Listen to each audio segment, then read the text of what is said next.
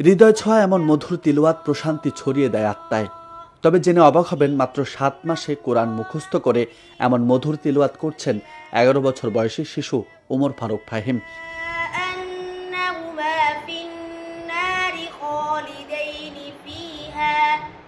দ্রুত সময়ের মধ্যে 30 পারা কোরআন আয়ত্ত করে পরিবার ও শিক্ষকদের অবাক করে দিয়েছে ফাহিম।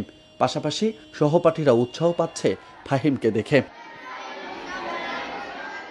বাবা মায়ের স্বপ্ন পূরণ করতে মনোযোগ দিয়ে কোরআন পড়ত ফাহিম। আর এই মনোযোগ ও আল্লাহর ইচ্ছাই আজ সফল ফাহিম। মুসলিম হিসেবে কোরআনের হাফেজ হওয়া জীবনের সর্বোচ্চ পাওয়া মনে করেন এই শিশু। তোমার নাম কি? পবিত্র কোরআনের পুরো 30 পারায় তো মুখস্থ শেষ করছো? আচ্ছা, ইয়াদ আছে? আচ্ছা, তোমার স্বপ্ন কি? বড় হয়ে কি হতে চাও? বড় একজন আলিম হতে চাও?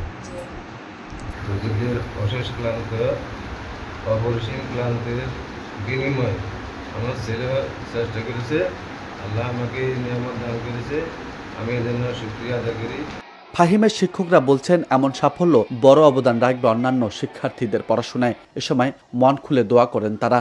হাফেজ মোহাম্মদ ওমর ফারুক ফাহিম আমাদের অত্র মাদ্রাসার একজন মেধাবী ছাত্র।